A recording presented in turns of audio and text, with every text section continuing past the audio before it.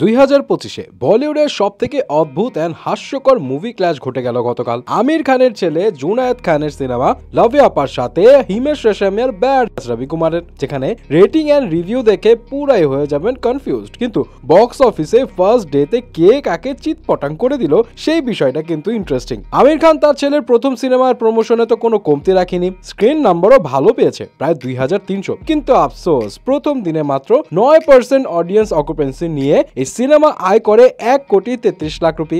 Rating তো পুরো অন্য লেভেলে চলছে, কেউ দিচ্ছে 2, কেউ দিচ্ছে 2.5, আবার কেউ 5 এর মধ্যে দিচ্ছে 4.5। মানে এই সিনেমা সবার ভালো লাগবে না এটা বোঝাই যাচ্ছে। একে তো এইটা রিমেক সিনেমা, তার উপর আবার এই লাভ স্টোরিটার কনসেপ্টটা এই যুগের জেনজিরা খাচ্ছে না। এন্ড 2025-এ যেখানে জেনজিদের বেশিরভাগ রিলেশনশিপ মোবাইল ফোনের উপর ডিপেন্ড করে, সেখানে এই মুভির কনসেপ্ট এখনো পুরাতন। কারণ এই সিনেমায় হিরো হিরোইনের মোবাইল অদল বদলের একটা ব্যাপার দেখানো হয় আর কি, যেটা অনেকের কাছে এখন ইললজিক্যাল মনে হচ্ছে। তবে ইললজিক্যাল মুভি দিয়ে ইম্পসিবলকে পসিবল করে একদম হিমেশ রেশমিয়ার রেকর্ড করে দিল।